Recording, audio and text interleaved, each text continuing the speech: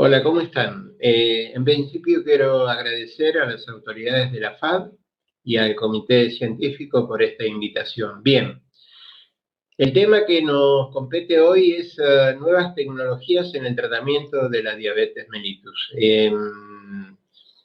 Para ello ha sido invitada la doctora Karina Fuentes, que es médica diabetóloga del Hospital Privado Universitario de Córdoba.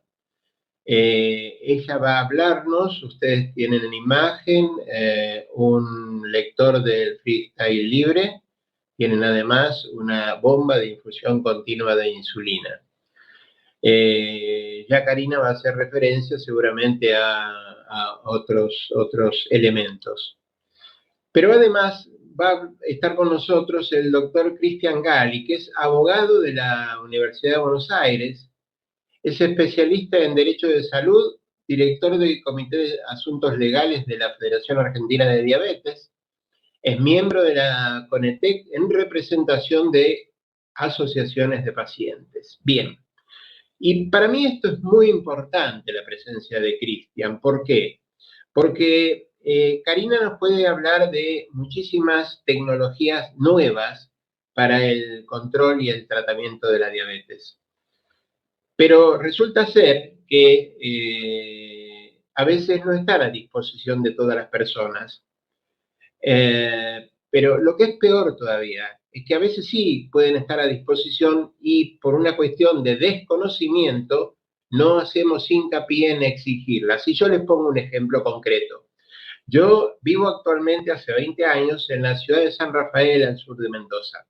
Bien, hace 8 meses atrás comenzamos con algunas demandas de, en realidad, recursos de amparo contra la obra social provincial, que es OSEP.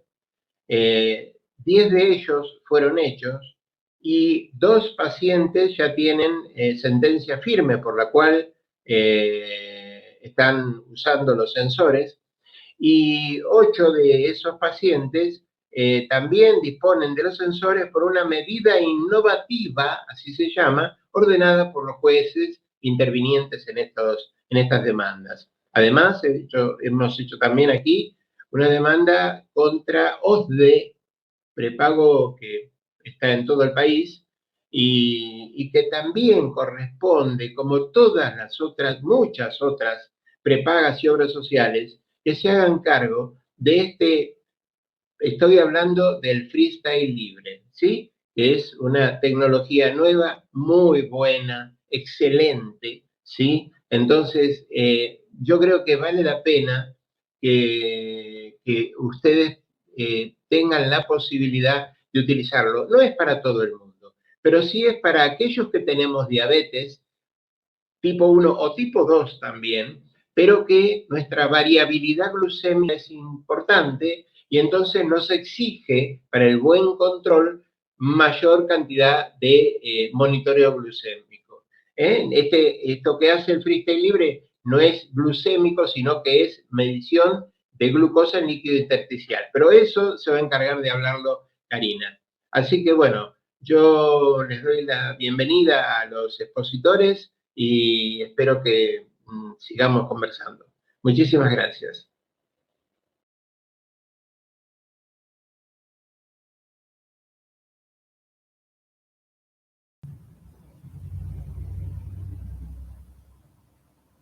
Buenos días, ¿cómo están todos? Otra vez en un jardín virtual, pero por suerte volvemos a encontrarnos, aunque sea a través de las pantallas.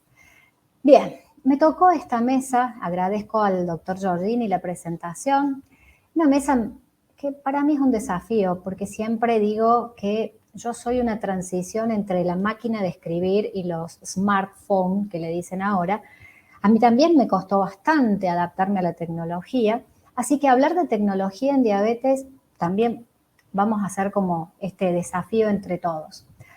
Cuando uno habla de diabetes, habla de complejidad, complejidad en el diagnóstico, complejidad en el tratamiento, de múltiple abordaje, que no solamente interviene el equipo de salud, también interviene la familia, el entorno de esa persona con diabetes. Cuando hablamos de diabetes, hablamos de esfuerzos, logros, fracasos, no solamente vivido por la persona con diabetes, sino también de nuestro lado. Cuando un paciente no está bien, el médico también siente que hay algo que no termina de resolver. Cuando hablamos de diabetes, si bien es una patología que tiene que ver con un órgano, sabemos perfectamente que no solamente es órgano solo, sino que está la psicología, los factores sociales, los factores económicos, y que la diabetes va más allá y que tiene que ver con las emociones. Y de repente hoy estamos hablando de tecnología en diabetes.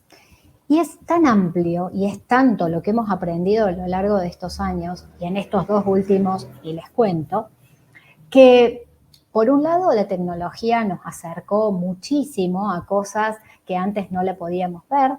Por otro lado también fueron barreras que tuvimos que superar nosotros, los profesionales, y también ustedes, los pacientes, y que todo tiene que ver con la comunicación, porque la base absolutamente de todo es la comunicación.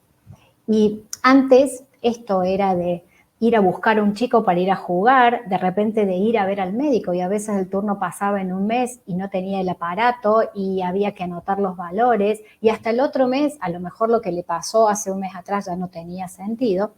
Y esta comunicación que fue evolucionando, muchas cosas para bien, muchas cosas para mal, hoy nos mantiene al vilo de estar atento de todo, porque abro y cierro los ojos y de repente un paciente sube en la nube un valor del mismo momento que se está controlando y podemos actuar. Y cuando uno habla de tecnología en diabetes, uno piensa bombas de insulina, monitores de glucosa, los sistemas de liberación automático, esto incluso pensando ya en un páncreas artificial, pero no dejamos de pensar y no olvidemos nuestra tan amada insulina, que cumplimos este año 100 años de tenerla, porque la tecnología también nos ayudó a que esta insulina hoy sea diferente y que podamos usarla mucho mejor.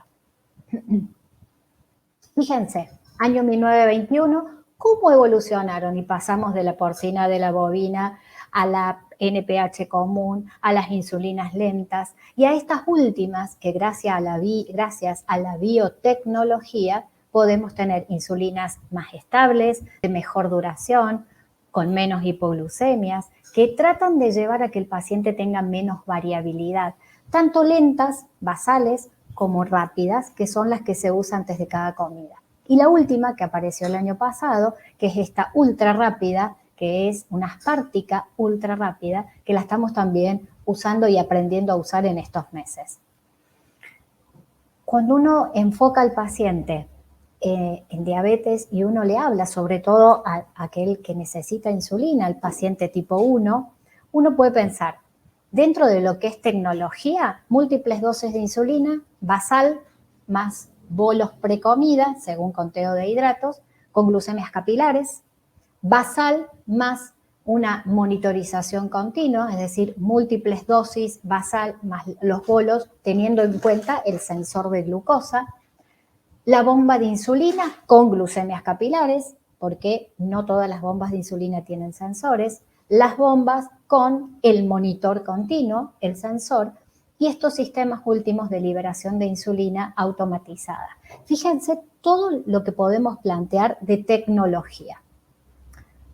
Comencemos recordando la primera bomba de insulina, un aparato enorme, una mochila que era casi imposible llevar, y recordemos, y tenemos que tener muy presente, porque muchos pacientes todavía usan la libretita en donde la verdad que es muy noble anotar el valor, anotar qué dosis de rápida, anotar qué evento aconteció, y a nosotros nos sirve muchísimo cuando miramos.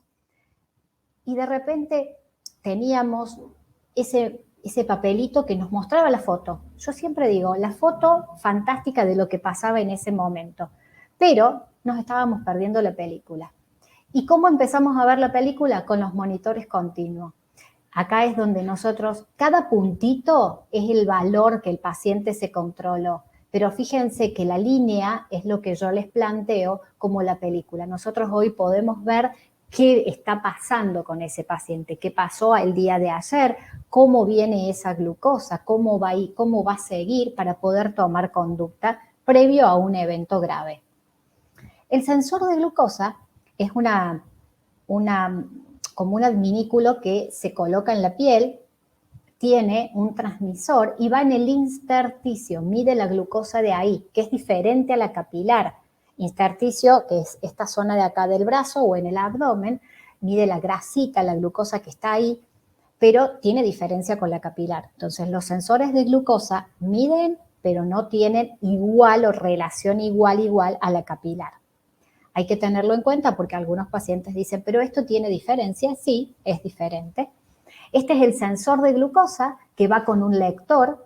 Nosotros disponemos en Argentina del Freestyle 1, en Estados Unidos ya estuvo el 2 y ahora está el 3.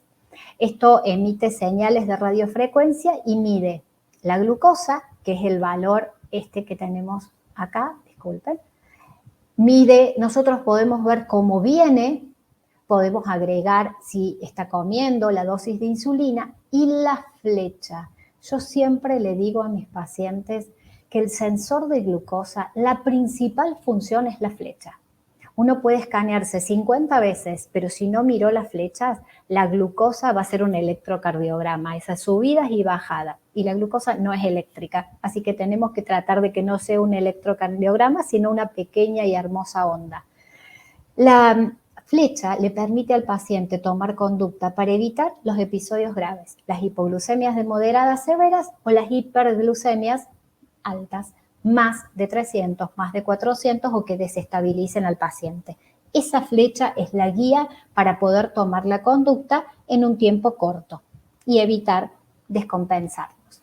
Este es el Miau Miau, es un dispositivo que se coloca arriba sobre el sensor, el Freestyle, el flash, y este se compra afuera, nosotros no lo tenemos acá, se agrega, se baja una aplicación en el celular, se pueden bajar en varios celulares a la vez, y este mide la glucosa, le manda la información cada 5 minutos, y a su vez también tiene alarmas. Permite programar una alarma en alta o en baja para que empiece a sonar y así evitar que el paciente tenga descompensaciones. El Libre no tiene alarmas, el 1, el 3 sí, que es el que nosotros no disponemos. Este es otro sensor, no está en Argentina, Dexcom G5 y G6. Este dura de 7 a 10 días. El Flash, el anterior, dura 14 días. También mide cada 5 minutos. Se machea con una aplicación del celular y este también tiene flechas, tiene alarma. La única diferencia con el Flash es que este tiene que ser calibrado. ¿Qué significa? Que algunas veces al día hay que hacer glucosa capilar para que el sensor mida mejor. El Flash no necesita calibración. Este es el Eversense, que prepandemia lo logramos ver en una clase que tuvimos nosotros. No fue muy aceptado por los pacientes porque si bien es muy chiquitito, fíjense acá, necesita de un pequeño corte para poder ser insertado y esto implica, no es dolor, pero implica ya una maniobra médica. Entonces los pacientes la verdad que no lo aceptaron demasiado. Volviendo al tema de las insulinas, fíjense, nosotros aprendimos que debemos hacer desde afuera lo que el páncreas haría por dentro. Por eso es que nunca está de más recordar cómo son los tiempos de acción de la insulina y fíjense cómo han evolucionado las insulinas nuevas. De repente esta roja, que es la NPH, que debe ser usada entre 2 y 3 veces al día porque vive poco en nuestro cuerpo, necesitamos 3 dosis para poder mantener esa basal, la base. Hoy han sido reemplazadas por la Glargira U300, por la Degludec 100 o la Degludec U200, que tienen una estabilidad y que duran más de 24 horas. Y eso permite que las glucemias estén más estables, evitan las hipoglucemias y que sobre todo el paciente, más allá de evitar tantos pinchazos, es lograr esa estabilidad. Y las rápidas, de las rápidas que nosotros tenemos, las disponibles que son lispro, aspartica y glulicina, todas tienen la misma acción. Estas también actúan a los 10-15 minutos de colocada, hacen un pico a la hora y a las 4 horas no hay más. Esto es importante y siempre en cada Giardino nosotros recordamos cuánto duran, porque eso también depende del manejo y de cómo va a ir cada paciente tomando la conducta en base a lo que va a comer, en base a cuánto tiempo antes de la comida, según la comida, si va a hacer un ejercicio, cuánto ir adecuando la insulina. Y esto es parte de la tecnología aplicada a la diabetes. Enfocándonos en las bombas de insulina, son dispositivos que tienen un reservorio, tienen un cable, un catéter, que es el que va conectado, como vemos acá, en este caso al abdomen, va conectado a la piel y queda en el celular subcutáneo donde infunde la insulina, ¿sí? En forma continua durante 24 horas. Estas son las microinfusoras un poco más viejas en donde solamente infundían insulina. Nosotros programamos durante diferentes horas cuánto va a pasar de insulina. Uno puede programar hora por hora. Distintos tipos de bolo, un bolo antes de comer, el bolo que cubría 2 o 3 horas, y estas no tenían el sensor de glucosa.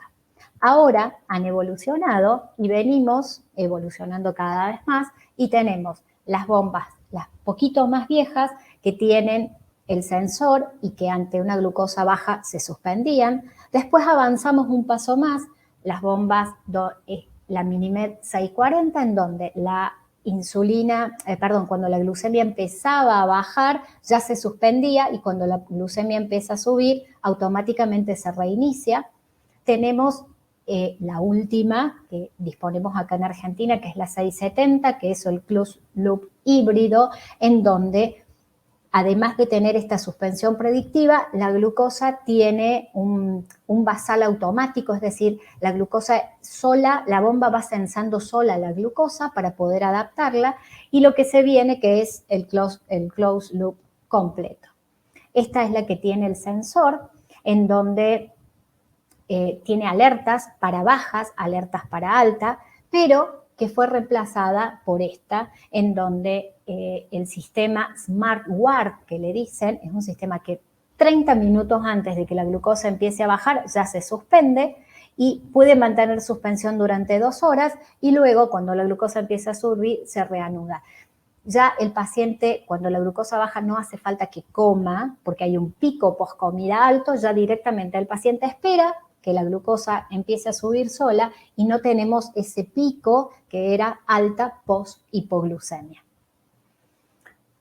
Esta es la microbomba, una de las nuevas de otro laboratorio, muy amada por los adolescentes, por los niños, porque no tiene cable, es la que le decimos sin cable. Es resistente al agua, es microbomba, es chiquita.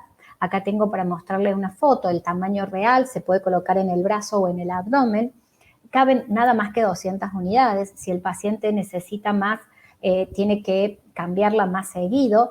Esta se cambia cada 3 días, las otras bombas cada 4. No tiene sensor de glucosa. Esta bomba requiere de la glucosa capilar, que uno pone la tirita acá para poder cargarla, o de usar además de la bomba el sensor. Este es el sistema que usaría bomba más sensor de glucosa porque tiene que cargar acá y los bolos, la programación, los basales, eso sí es igual a las otras bombas.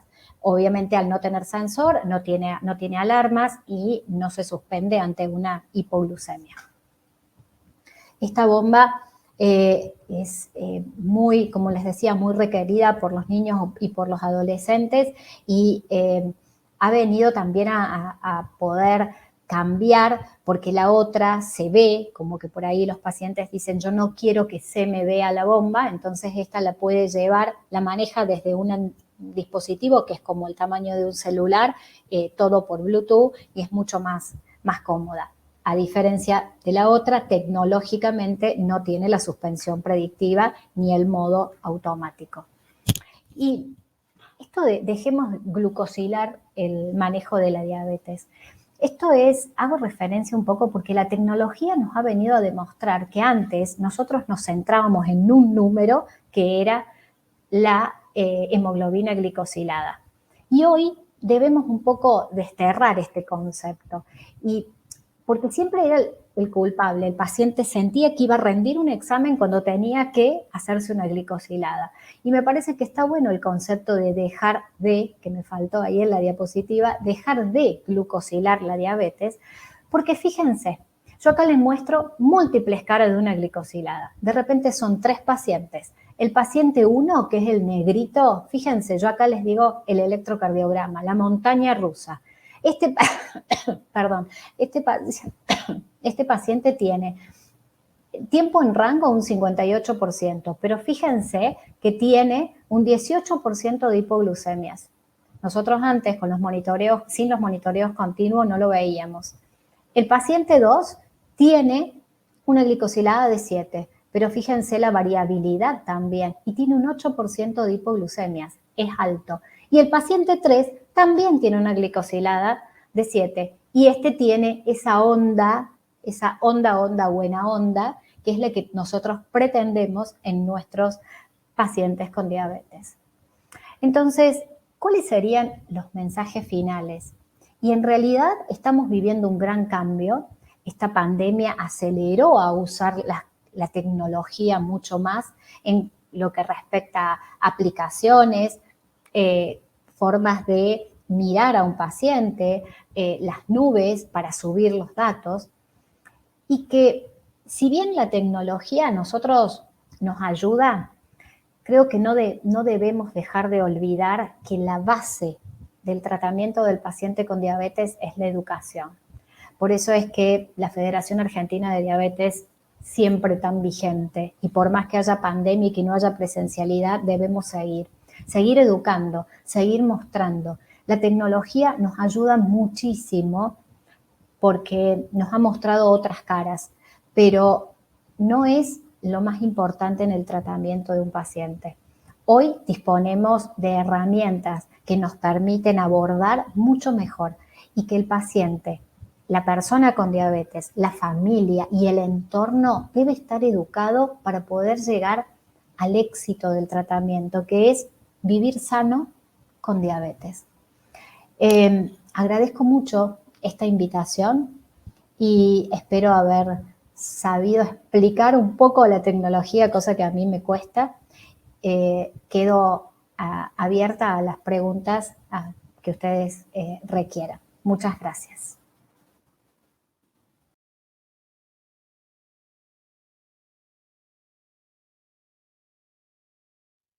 Hola, ¿qué tal? Buenos días, ¿cómo andan? Bueno, espero que bien y que estén disfrutando de este congreso en modalidad virtual. Los que no me conocen, mi nombre es Cristian, yo soy el abogado de la Federación Argentina de Diabetes y además soy un paciente con diabetes de los 6 años, que en este momento estamos con tratamiento de microinfusor de insulina. Así que bueno, muchos años en diabetes y también hace muchos años ocupándome de que los derechos para los pacientes con diabetes se cumplan. Este año me toca dar una plenaria en lo que sería el derecho a la atención de la diabetes, porque si bien estuvimos hablando de nuevas tecnologías, es importante saber cómo llego a eso, cómo accedo a esas tecnologías y qué tecnologías están o no están dentro de lo que llamamos los programas de salud. Muchas veces nos surgen esas preguntas, entonces la idea un poco es que logremos abrir como digo siempre, abrir un poco el panorama y que sepamos ¿qué podemos hacer? Nuestros derechos están consagrados normativamente, muchos conocen, otros no, en la Ley 23.753, que posteriormente fue reformada por la Ley 26.914. ¿Por qué hacemos esta aclaración? Porque muchas veces nos ocurre que hay provincias, municipios, o incluso a veces nos pasa con obras sociales, que cuando llega el momento de decir que está la ley de diabetes reformada, contestan, sí, pero la provincia no adhirió a la ley de diabetes nueva, está adherida a la ley vieja. Bueno, para que salgamos de ese malentendido, no hay ley nueva, no hay ley vieja, todo es la misma ley. La ley es la 23.753, la 26.914 es el protocolo que le da la numeración el Congreso cuando se reforma una ley, pero la ley sigue siendo exactamente la misma. Es un poco lo que decimos siempre con la ley de contrato de trabajo. Tiene un número que todos la conocemos con ese número, pero la ley de contrato de trabajo sufrió entre 5 y 6 reformas desde su creación, pero no deja de ser la ley de contrato de trabajo. Bueno, esto es exactamente lo mismo. Después esta ley está reglamentada por un decreto que es el 1286, lo decimos ¿por qué? Porque muchas veces también hay una respuesta que nos hablan de un decreto que es el 1271. Ese decreto está derogado. ¿Por qué? Porque ese decreto tenía menos beneficios para el paciente con diabetes, por ende, cuando se reformó la ley de diabetes, se dictó un decreto que derogó el decreto anterior. Y luego tenemos las resoluciones del Ministerio de Salud, que es la 1156 del 2014, y luego se actualizó con la resolución 423 de 2018. Lamentablemente, llevamos un tiempo sin que se actualicen estas resoluciones, ya que debió haberse actualizado en el 2020, estando en 2021, casi 2022, llevamos un año de vencimiento de la actualización del programa médico obligatorio. ¿Por qué 2 años que tiene que actualizarse y por qué está vencido? Porque precisamente cuando se sancionó la ley 26914, esta ley decía que debía actualizarse los programas de salud cada 2 años debido a que se van incorporando nuevas tecnologías. ¿Qué dice en sí la ley de diabetes?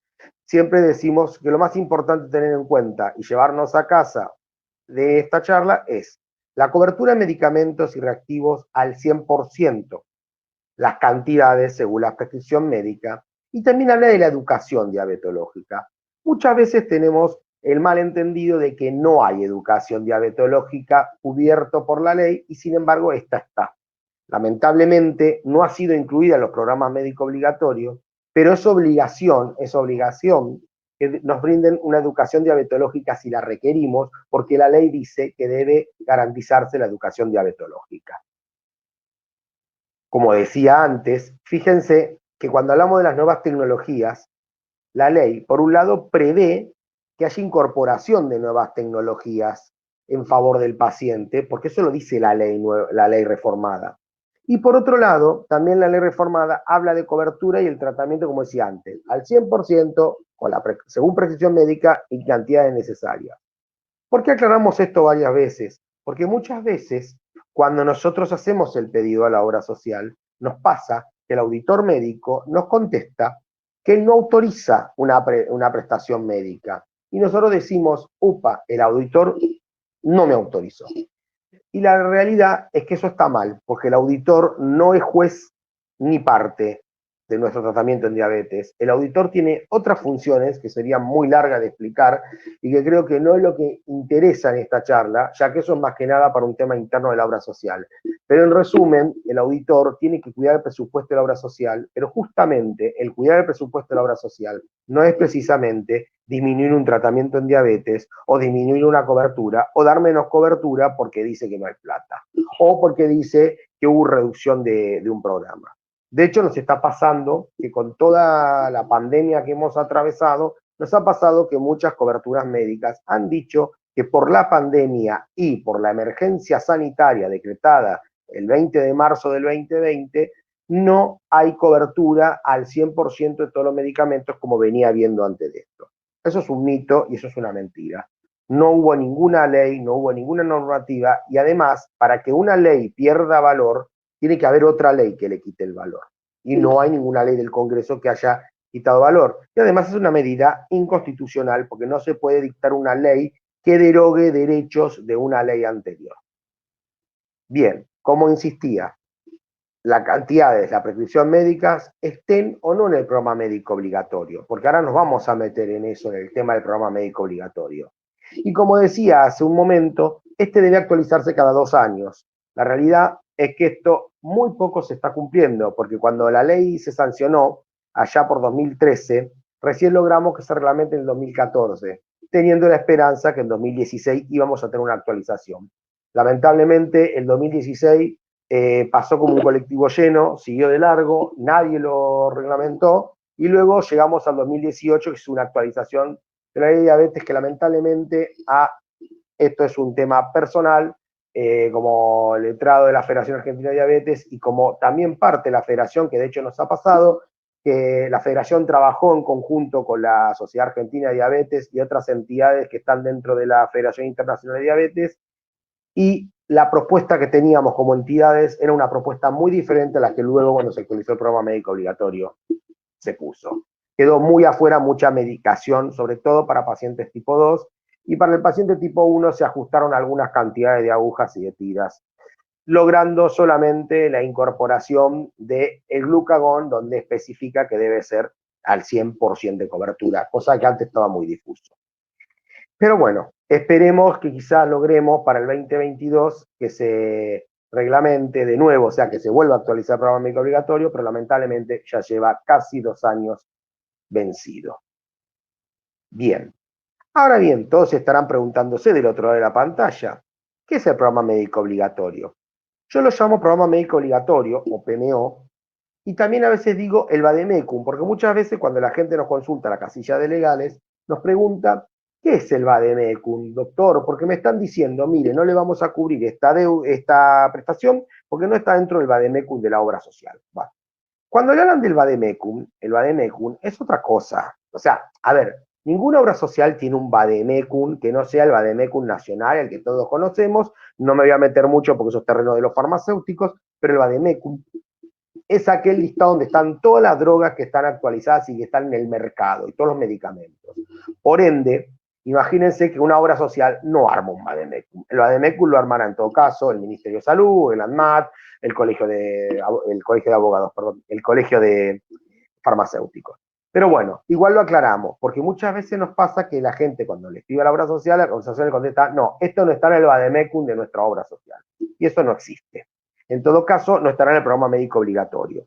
El programa médico obligatorio se había creado a fines del año 2001. Para aquellos que son más grandes, recuerden que se venía una crisis a nivel nacional y posteriormente una devaluación, y el gran problema que había era si las obras sociales iban a poder amortizar, y las prepagas, los gastos que generaban los medicamentos cuando muchos eran de carácter importado y estaban dolarizados. Obviamente, a todo esto, allá por 2001, el Ministerio de Salud salió a garantizar que todo aquello que fuera para el tratamiento de enfermedades crónicas, el Estado asumiría los costos de aquellos medicamentos que fueran vitales para un paciente. Es por ello que cada programa médico obligatorio lo que dice que es la prestación mínima y básica, es decir, yo esto lo tengo que garantizar. Entonces, el Estado negoció en aquel momento con las prepagas y las obras sociales y le dijo, perfecto, todo lo que es programa obligatorio médico me hago cargo yo. Y ustedes se van a hacer cargo de aquellos medicamentos que no estén dentro del programa médico obligatorio. Es decir, como la realidad que no muchas veces hay un montón de medicamentos que no todos los pacientes con diabetes van a usar, hay sensores que no todos los pacientes van a usar, hay insulinas que no todos los pacientes van a usar, podría quedar algo fuera del programa médico obligatorio y sería exactamente un caso puntual para evaluar. La realidad que con el paso de los años, lamentablemente, las obras sociales y las prepagas fueron armando lo que conocemos de chiquito como el teléfono descompuesto y lo fueron desarmando. ¿Y cómo terminó esto? En decir que el programa médico obligatorio es la prestación obligatoria que ellos deben cumplir y que todo lo que esté por fuera de esto, ellos no están obligados a cumplir, lo cual que es totalmente una mentira más grande que una casa.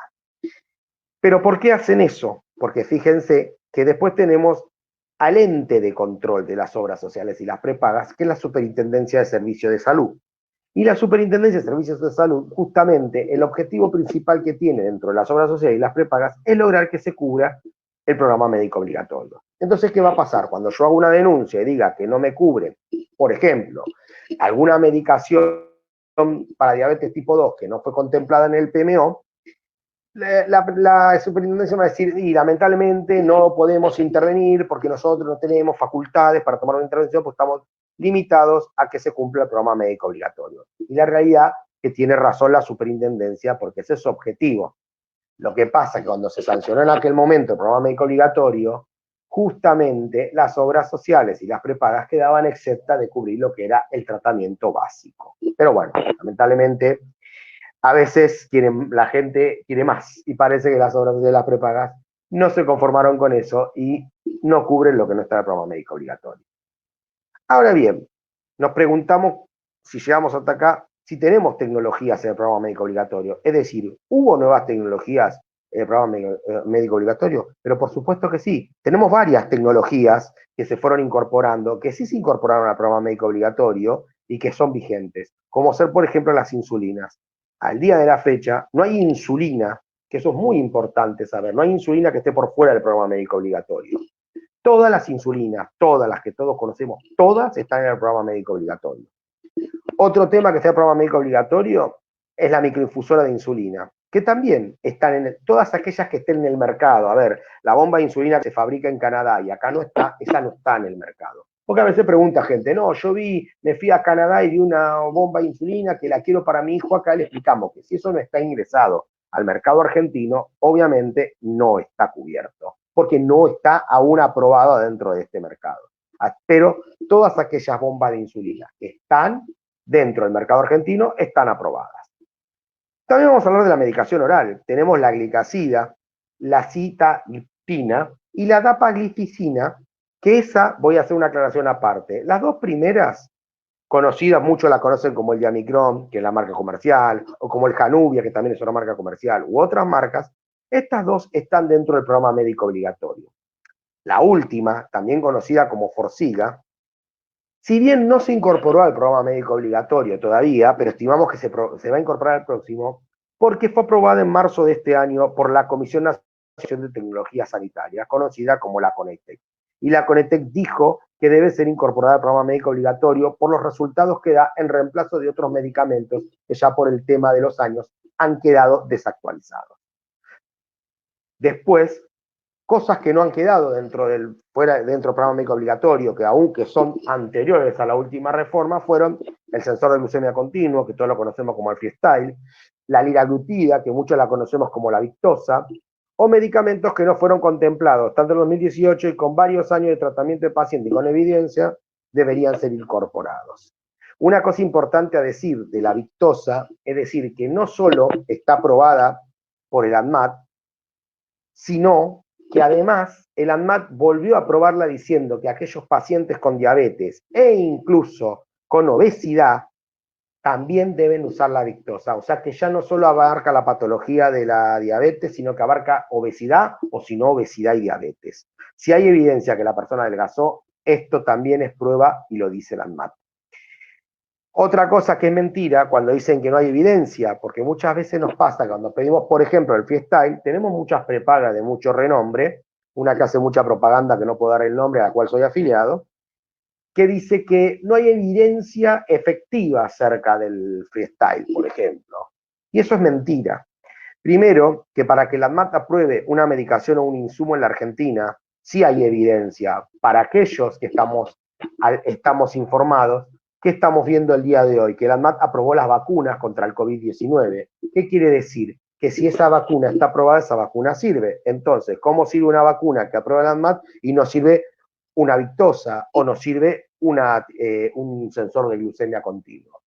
Eso lo digo ¿por qué? Porque eso contradice a cuando ellos dicen que no está aprobado.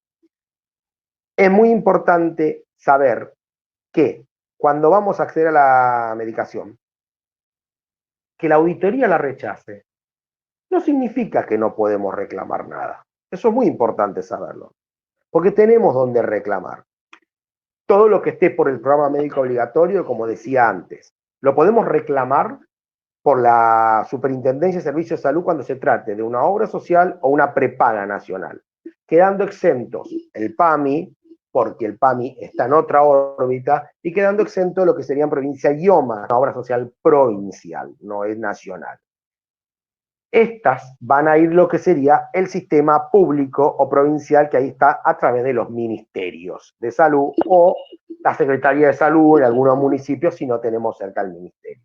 Pero para la obra social y la prepaga nacional, la Superintendencia de Servicios de Salud. ¿Qué pasa con lo que está fuera del programa médico obligatorio? Y obviamente lo queremos reclamar. Bueno, siempre digo lo mismo, hagan el reclamo administrativo que tenemos en la página de la Federación Argentina de Diabetes. Y si hay reclamo administrativo y si nos acaba la instancia, lamentablemente la única solución, digo lamentablemente porque a veces genera un costo, que es un amparo. ¿Cómo se hace el amparo? Hay que buscar un abogado, que siempre recomiendo que sea especialista en salud. O un abogado, si es amigo, que no les va a cobrar nada, que se asesore un poco en lo que es salud. Porque el derecho de salud hay que saber determinados tips que a veces un abogado que no ejerce el derecho a la salud no lo conoce. ¿Por qué decía que era triste? Porque la realidad es que el amparo es costoso, es verdad, pero la realidad es que los resultados son requete contra favorables porque todas las medidas salen a favor. Por eso no hay que dudar al momento de ir al amparo, tomarlo como una inversión y no como una pérdida. Pero nos puede pasar que no tengamos recursos. Cuando no tenemos recursos, ¿qué hacemos? tenemos entidades que nos pueden ayudar a hacer un amparo gratuito, como son los colegios de abogados, el Palacio de Tribunales, sociedades de fomento, juntas vecinales, o algún defensor del pueblo comunal, que ese también nos va a defender. Por eso es muy importante saberlo. Finalmente, para cerrar con esto, quiero decirles que hay una frase de la IDF de este año que dice, si no es ahora, ¿cuándo? Y se refiere al acceso a la medicación. Y por eso yo les digo, si no es ahora, ¿cuándo, señores? Hagan valer sus derechos, defiéndanlos y no tengan miedo. Con esto doy por finalizada mi charla y quedan abiertas las preguntas a la gente. Muchas gracias.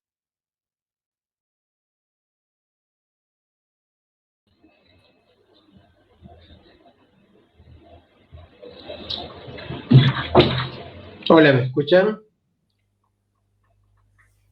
Sí. ¿Se escucha? Karina, Cristian, sí, bien. Buen día, acá estamos. Bueno, ¿cómo están? Buenos días. ¿Cómo andan? Chicos, primera reflexión. Creo que vale la pena que salga de esto que tan lindo y tan claro expusieron ustedes, a mi modo de ver, cada persona con diabetes debe hablar con el médico que le atiende, que le acompaña en el tratamiento, en su tratamiento de por vida, sobre estas cosas que han escuchado hoy. Porque si no es muy difícil, porque si nosotros como médicos especialistas no estamos informados, que muchas veces sucede, obviamente el paciente va a estar en inferioridad de condiciones para poder hacer un reclamo, como decía Cristian, o para saber las cosas que existen, como también contó Karina. De manera que me parece eso prioritario que lo tengamos en cuenta. Si quieren ahora les comparto en las preguntas que llegaron. Hay una que es para todos, dice definición de bolo. Supongo que Karina podría explicarlo. Bien. Sí, ahora tomo la posta. Buen día. Cuando uno habla del bolo, tanto bolo pre-comida como el bolo con las infusoras, ya sea lapiceras o infusoras, es lo que se usa. Yo siempre les explico a los pacientes, la rápida se come la comida. La lenta, la que nosotros conocemos, NPH, glargina, Degludec, mantienen la secreción durante el día. La persona con diabetes cada vez que come, y depende de lo que coma, la glucosa sube. En esa curva que hace cuando uno come, usamos la insulina rápida, que es lo que se come la comida y baja para que en el próximo control no esté alta. Entonces, el bolo se refiere a la cantidad de insulina que nosotros usamos para bajar ese pico antes de una comida. Y lo podemos hacer de dos formas. Por un lado, bajando el valor, supongamos, tengo 190, a lo mejor me tengo que hacer 2 unidades por ese valor, corregir ese valor. Y cuando voy a comer, supongamos voy a comer pastas, necesito 2 unidades más para que esa pasta después no haga el pico post comida. En este caso el bolo serían 2 unidades por el 190 más lo que voy a comer. Esto se usa en lo que es el tratamiento intensificado, que tiene que ver con esto nuevo de la tecnología, y se usa antes de cada comida. Esa es la definición de bolo pre-comida. Vale, gracias, Cari. Bueno, me atrevo a comentar que hace años particularmente usaba bolos con nunca usé dos dosis de basal con NPH, siempre usé 3. Con los análogos de acción prolongada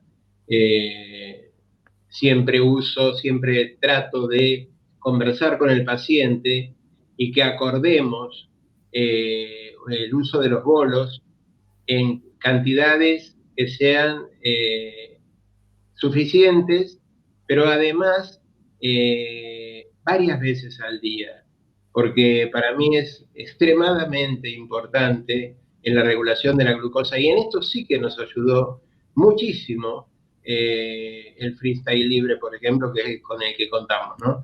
Porque, bueno, nos demuestra, a mí me lo ha demostrado personalmente, pero a todos los pacientes que comparten conmigo, también me dicen exactamente lo mismo. Yo no puedo creer cómo antes que no veía, no evidenciaba qué pasaba con mi glucosa después de una comida, y dependiendo de qué comida, bueno, esto nos enseña a manejar, digamos, no vamos a reemplazar nunca un páncreas normal, las personas que tenemos diabetes tipo 1, pero sí podemos lograr un mejor tratamiento, ¿no?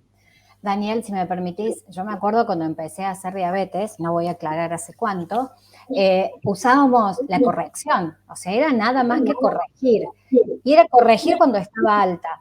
Yo todavía recibo muchos pacientes que vienen con este esquema, me pongo insulina cuando está alta, pero más allá de la comida, o sea, el sensor no es desayuno, almuerzo, merienda, cena, porque hay colaciones que merecen el bolo pre-comida.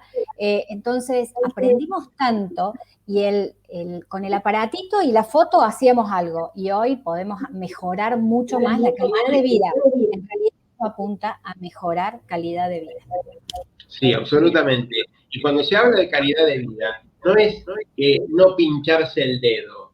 No pasa por no pincharse el dedo, que es puramente, absolutamente, no es traumático para nada pincharse el dedo. Lo hemos hecho tantos años y tantas veces por día. Pero el tema de la tendencia que vos bien hablaste, eso es fundamental. Lo que me permita ver el tiempo en rango, no ya la hemoglobina glicosilada que quedó en la historia. No, el tiempo en rango es lo que tienen que digo, nosotros, los que atendemos personas con diabetes, tenemos que hablar de tiempo en rango, que eso es lo que hoy, por eso dije antes, que vale la pena que lo que escucharon hoy de ustedes, los pacientes lo hablen con sus médicos. Les comento, alguien dice estamos participando desde Durazno, Uruguay. Muy interesante la disertación sobre nuevas tecnologías, agradecemos mucho la información. Hay otra persona que dice, hola doctor Gali, ya pasó un año donde se mandó carta documento a IOMA para la autorización de Victoza, la liraglutida, ¿no? Nunca me respondieron, gracias. Cristian. Bueno, ahí tomo la posta yo. IOMA, hablemos de IOMA. Ojalá que alguien que esté en el Congreso trabaje en IOMA y tenga algún acceso a la gente de IOMA. IOMA y PAMI, lamentablemente, por lo menos en el área metropolitana, estamos pasando una situación deplorable. Lo digo y me hago cargo. Si me escucha alguien que quiere enjuiciar, que se enjuicie, pero lo que hacen con los abuelos y con los afiliados de IOMA es humillante, los tienen dando vuelta, gente manda carta documento, y lo más grave que hace IOMA es que hay amparos de salud a favor del paciente, IOMA no los acata. Entonces, si ya el Poder Supremo, que es la justicia, la que nos defiende, ya una obra social como IOMA hace lo que quiere, porque lamentablemente es un tema, pienso que debe ser un tema político, pero bueno, yo no me voy a meter en eso, pero lamentablemente le digo a esta persona que va a tener que iniciar acciones legales, por más que después no cumplan el amparo, no importa, porque hay una justicia a favor, hay un montón de recursos para pelearlo, pero que va a tener que ir al amparo, porque, y es más, yo le mandaría ya otra carta, porque no hay que esperar un año de que uno mande una carta. La carta de documentos son 48 horas. Puedo darle, yo siempre les digo a la gente, mirá, dale una semana, como para darle tiempo que se acomoden las ideas de la gente y todo, pero nosotros sabemos, los profesionales, que a mí me llega una carta de documentos, me llama, me conocí y me dice, che, me mandaron algo, me dio un plazo de 28 horas, yo se la contesto 48 horas, pero un año. Pero bueno, a veces la gente considera que por ahí, IOMA, ¿qué hace? Muchas veces abre un expediente. Y eso me lo contó una abogada de Mar del Plata, que es parte del comité nuestro. Me dijo que cuando se abre un expediente hay que esperar que se cierre, porque si no se cierra el expediente, la acción de amparo, el juez la rebota diciendo que no se puede iniciar el amparo porque no se agotó la vía administrativa. A ver, voy a hacer en criollo, son bastante bichos. saben que se le viene atrás un amparo. Entonces, ¿qué hacen? Meten un número de expediente en el medio para trabar el amparo. Entonces hay que pedir para que ese expediente se termine, lo que le digo a esta persona, averigüe si no tiene un número de expediente abierto y que lo pelee para que se cierre ese expediente por sí, por no. Pero siempre lo que más sirve es lo que va a todo el mundo. Telefonito. Todos los días llamen por teléfono. Hagamos la que nos hacen los de las empresas telefónicas que nos ofrecen las mejores líneas, que no voy a decir cuál, pero me llama todos los días un 7053. Bueno, hagamos como el 7053, llamamos todos los días para estar la paciencia de la gente. Bueno, hacemos lo mismo nosotros como usuarios. Cristian, perdón, una pregunta.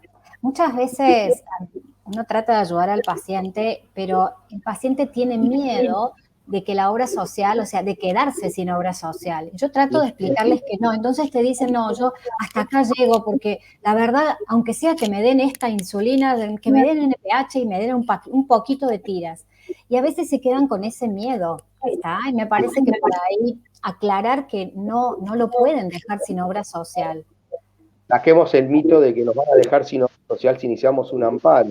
Pero la realidad que ocurre, y lo cuento siempre, hay prepagas muy conocidas, una muy conocida, a la cual soy afiliado, aclaro, no la quiero nombrar a ver si me echa la prepaga.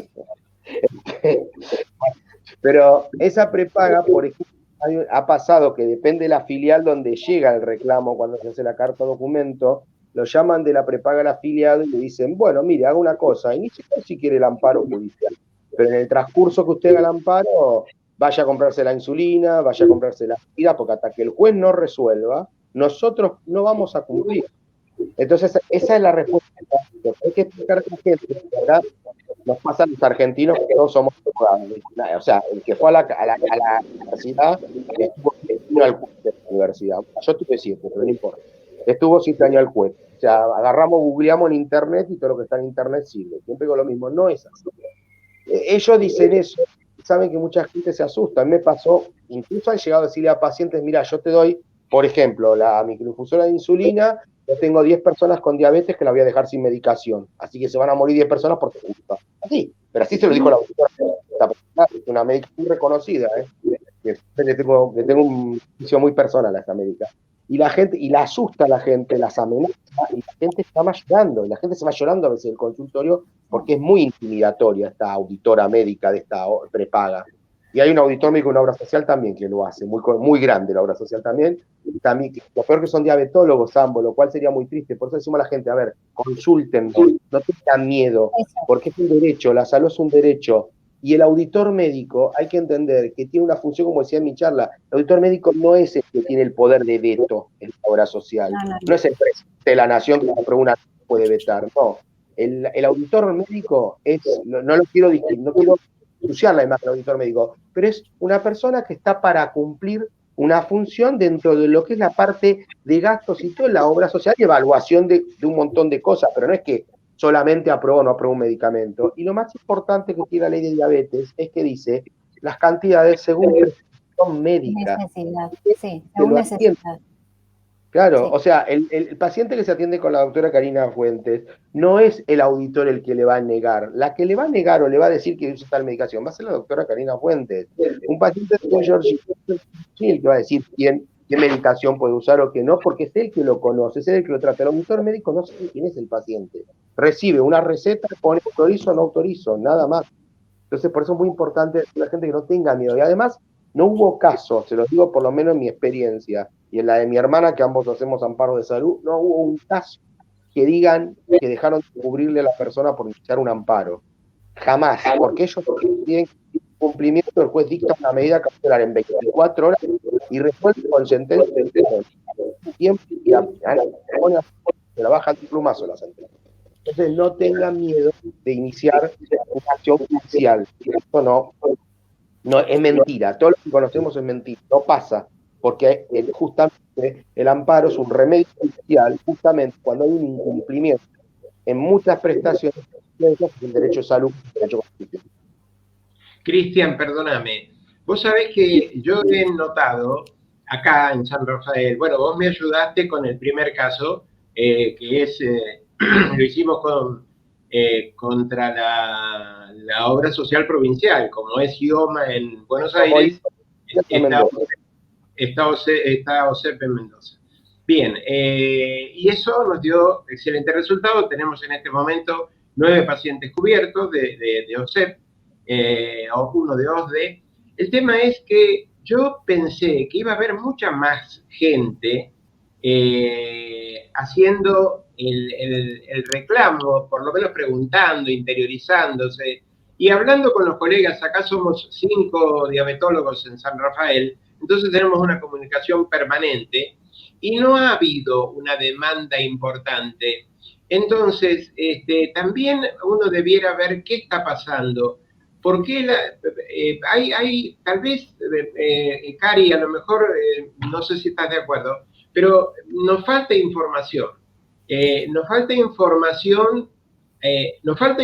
a los médicos, porque como quiera que sea, no estamos absolutamente actualizados en todas las cosas que corresponden a la especialidad que hacemos, y entonces no podemos pretender que hay muchos pacientes atendidos por colegas que no son especialistas, obviamente. No podemos atender que esos colegas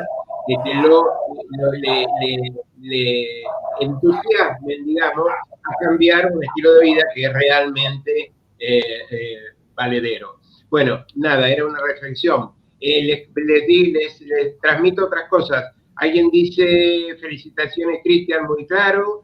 Muy buena toda la información de Cristian. Ioma es un dolor de cabeza, 1000 vueltas para darte agujas. Acá dice alguien, ¿cuál sería la metodología correcta para solicitar a la prepaga el monitor continuo de glucemia? Esencial para el buen control, descansando un poco la yema de los dedos. No es para descansar la yema de los dedos. No es para tener una mejor calidad control de la diabetes, como debe ser.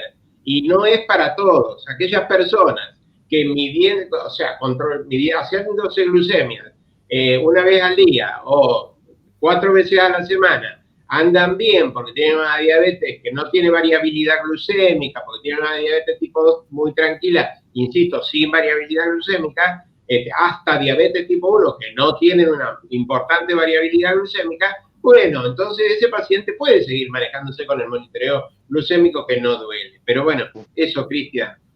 Bueno, coincido con vos, Dani. A ver, hay una cosa muy simple. Yo digo siempre a todo el mundo, no todo es para todo, pero no porque porque no hay igualdad de acceso a la salud, sino porque cada paciente es un mundo.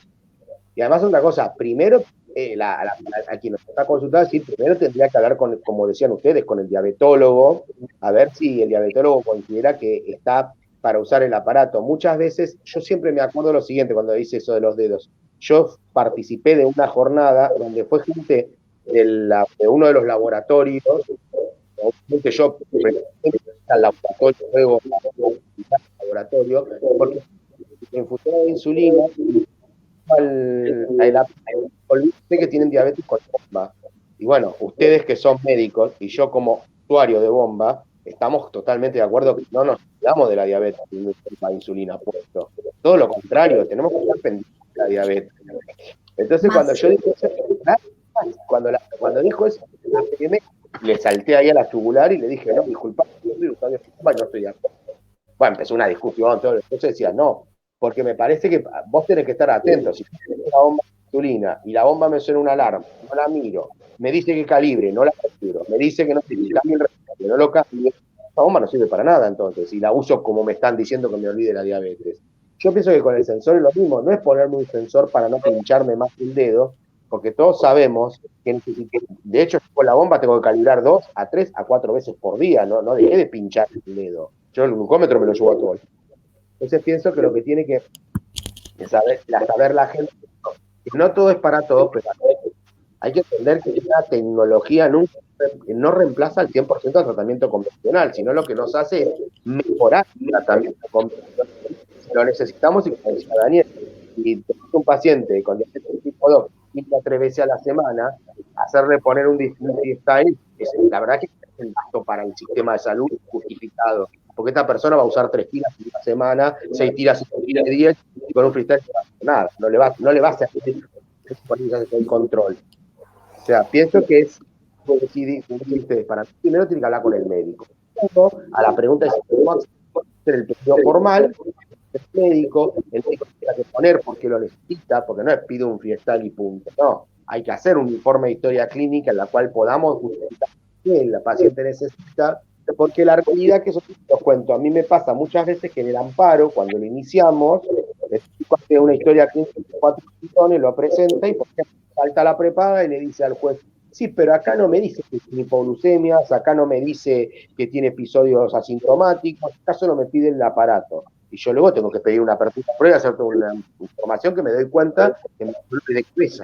Entonces, ¿por qué? Porque la realidad es que siempre digo lo mismo, lo primero que hay que hacer es presentar un informe de la clínica diciendo que lo necesita. No es cuando hacemos para pedir una apertura.